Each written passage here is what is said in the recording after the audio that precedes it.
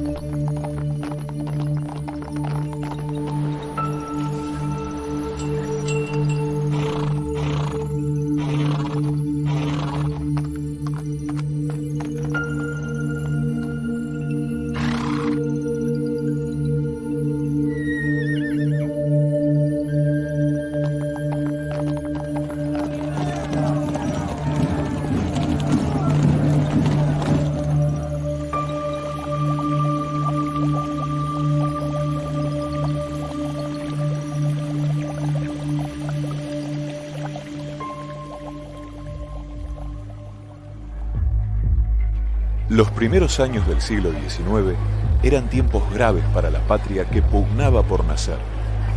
Los hombres de Mayo debatían intensamente sobre el rumbo que debía tomar la revolución. Los peligros acechaban dentro y fuera del aún impreciso país que se estaba gestando. Poderosas fuerzas de la corona española, en Chile y el Alto Perú, esperaban el momento preciso para aplastar a los revolucionarios del Río de la Plata. Mucho más cerca, en Montevideo, una importante fuerza realista también esperaba su momento para atacar a los rebeldes. Se afianzaba en la convicción de todos que había que prepararse para una larga guerra.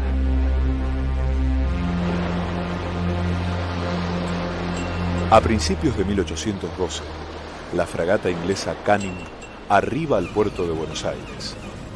Entre sus pasajeros se encontraba un joven y experimentado oficial que había servido a la corona española en su lucha contra Napoleón. Probablemente ni el mismo militar imaginaba que sería el inspirador y conductor de una de las gestas libertadoras más importantes de América. Ese hombre era José de San Martín.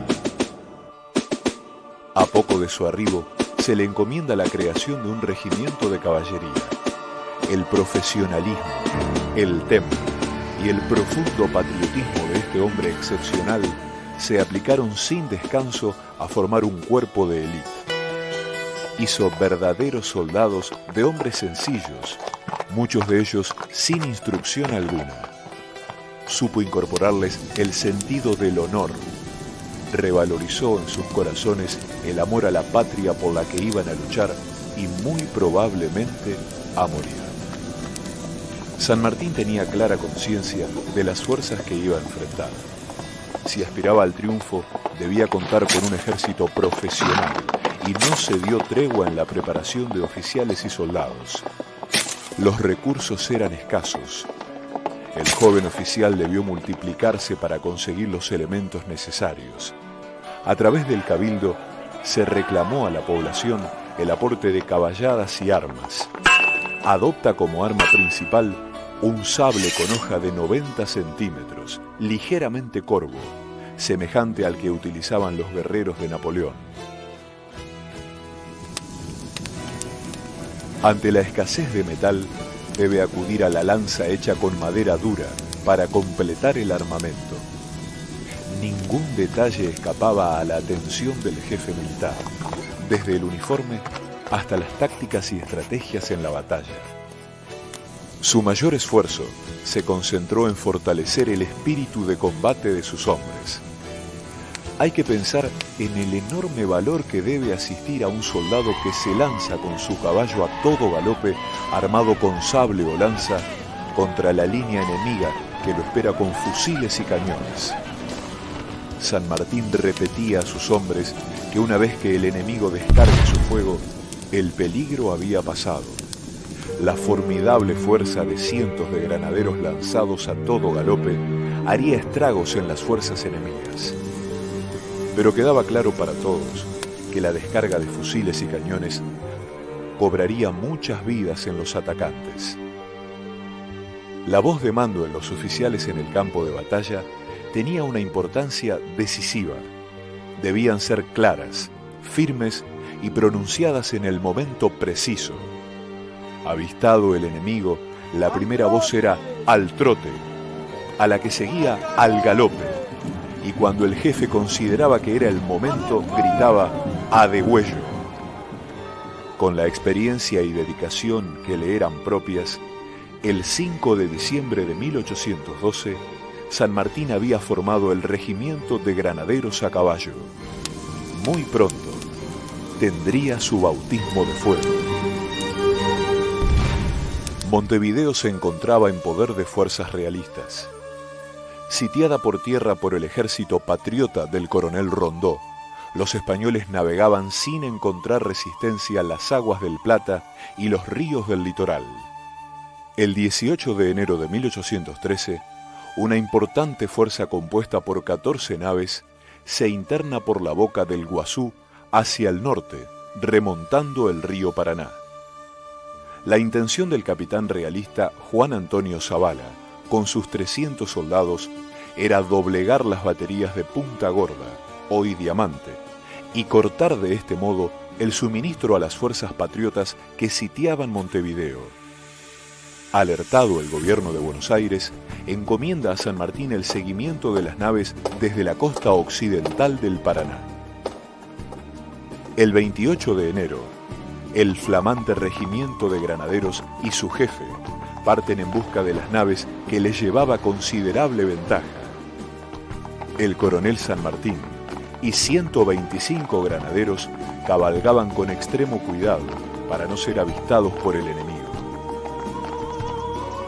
Desde hacía tiempo, las naves españolas azotaban las costas del Paraná y el Uruguay. Sin encontrar resistencia, saqueaban las poblaciones costeras cuyos pobladores huían tierra adentro al avistar las velas realistas. San Nicolás y San Pedro habían sufrido duros ataques de las escuadrillas, cuyo objetivo era aprovisionarse de víveres y distraer a las fuerzas patriotas que no atinaban a llegar a tiempo para repeler el desembarco.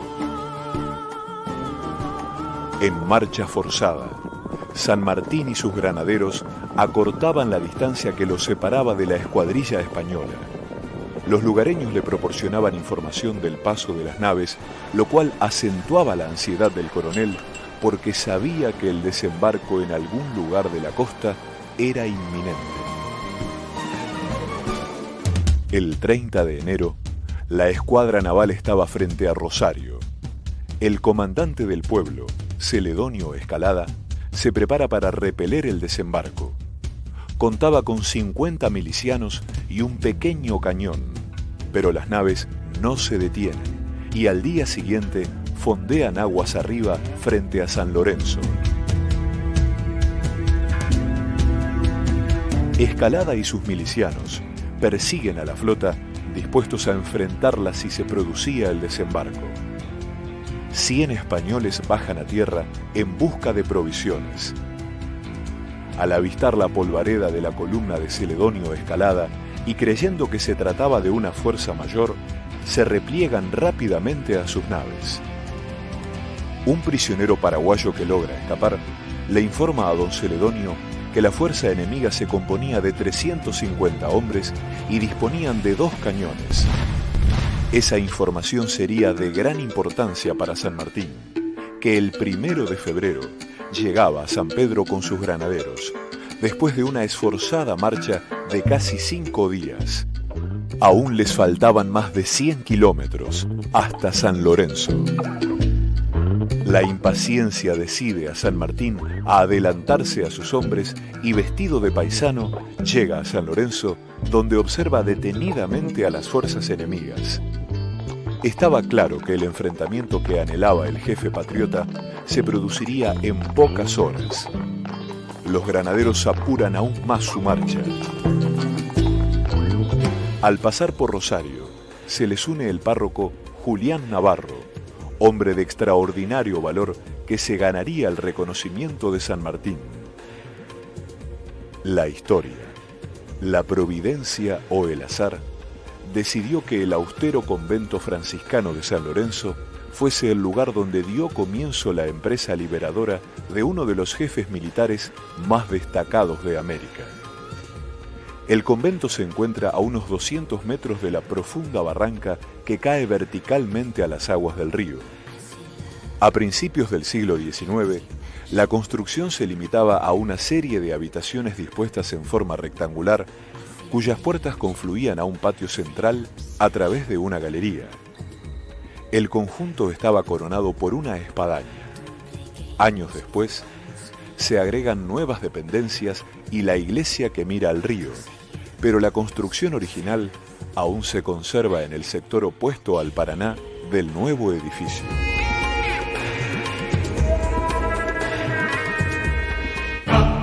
En la medianoche del 2 de febrero de 1813, los 125 granaderos a caballo entran por la parte posterior del convento. De inmediato, su jefe se dirige a la espadaña para observar la posición de la fuerza enemiga. Seguramente la excitación del inminente combate hizo olvidar a los hombres la fatiga de la larga marcha que habían realizado. A las 5 de la mañana, San Martín sube por segunda vez a la espadaña con sus oficiales y avista el desembarco de unos 250 españoles, número que duplicaba el de sus hombres. Bajó rápidamente y anunció que en pocos minutos caerían sobre el enemigo sable en mano. Arengó a la tropa prohibiéndoles que dispararan un solo tiro, recomendándoles que solamente se fiaran de sus lanzas los de la primera fila y de sus sables los demás. Divide sus fuerzas en dos columnas, una encomendada al capitán Bermúdez, que debía atacar el flanco izquierdo del enemigo, mientras él mismo encabezaría la columna que arremetería frontalmente a las fuerzas realistas. Los españoles desembarcan a 1500 metros al noreste del convento. La infantería, formada en dos columnas precedidas por las dos piezas de artillería, comienza su marcha hacia la construcción de los religiosos. Aunque todo indicaba que no esperaban un ataque, marchaban alertas, con sus armas de fuego listas para disparar. San Martín y sus granaderos salen por la puerta posterior del convento, posición que impedía ser avistados por el enemigo que se acercaba. Cuando las fuerzas realistas se encontraban a 200 metros, el jefe patriota da la orden y las dos columnas de caballería, una por cada lado del edificio, se lanzan al ataque. La columna a cuyo frente marchaba San Martín arremete directamente al centro de las líneas enemigas. Los granaderos, comandados por el capitán Bermúdez, hacen un rodeo para atacar el flanco izquierdo de la infantería. Sorprendidos por unos instantes, los españoles reaccionan y rápidamente disparan fusiles y cañones.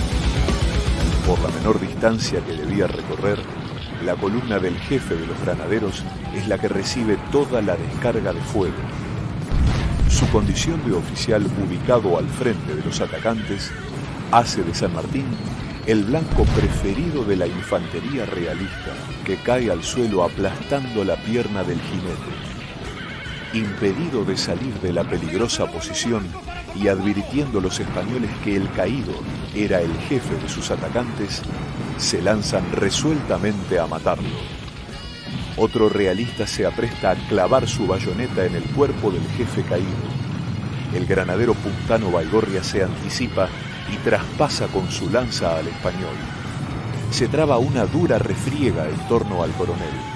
Sables, lanzas y bayonetas buscando el cuerpo del adversario en una danza terrible de sangre, coraje y muerte.